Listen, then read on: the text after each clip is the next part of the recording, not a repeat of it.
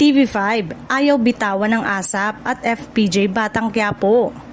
Matapos ang ilang taon ng partnership, tuluyan ang natapos ang kasunduan ng ABS-CBN at TV5. Ayon sa mga ulat, nabayaran na ng Kapamilya Network ang lahat ng obligasyon nito sa MediaQuest. Wala ng plano ang ABS-CBN na i-renew ang kanilang content agreement sa TV5. Sa kabila nito, ayaw pa rin ng TV5 na bitawan ng ilang kapamilya program, partikular ang ASAP at FPJ Batang Quiapo. Ipinapakita nito ang interes ng network na ipagpatuloy ang pag-ere ng mga sikat na palabas sa kanilang istasyon.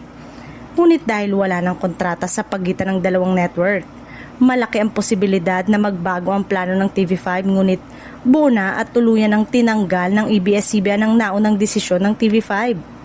Para sa mga fans ng Kapamilya Network, isang hamon ang sitwasyon na ito. Maraming manonood ang umaasa na magpapatuloy ang airing ng kanilang paboritong palabas.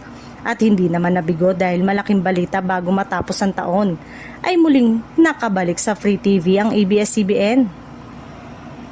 Samantala, patuloy ang ABS-CBN sa pagpapalakas ng kanilang Channel 2 at digital platform. Ang pagtatapos ng partnership sa TV5 ay bahagi ng kanilang plano na mas palakasin ang Kapamilya brand sa iba't ibang platform sa bansa. Say naman ng netizen, tama lang umano na hindi natanggapin ng ABS-CBN ng TV5 na maiere ang Batang Quiapo at ASAP dahil sa ginawa nito sa Showtime noon at morning show na Magandang Buhay.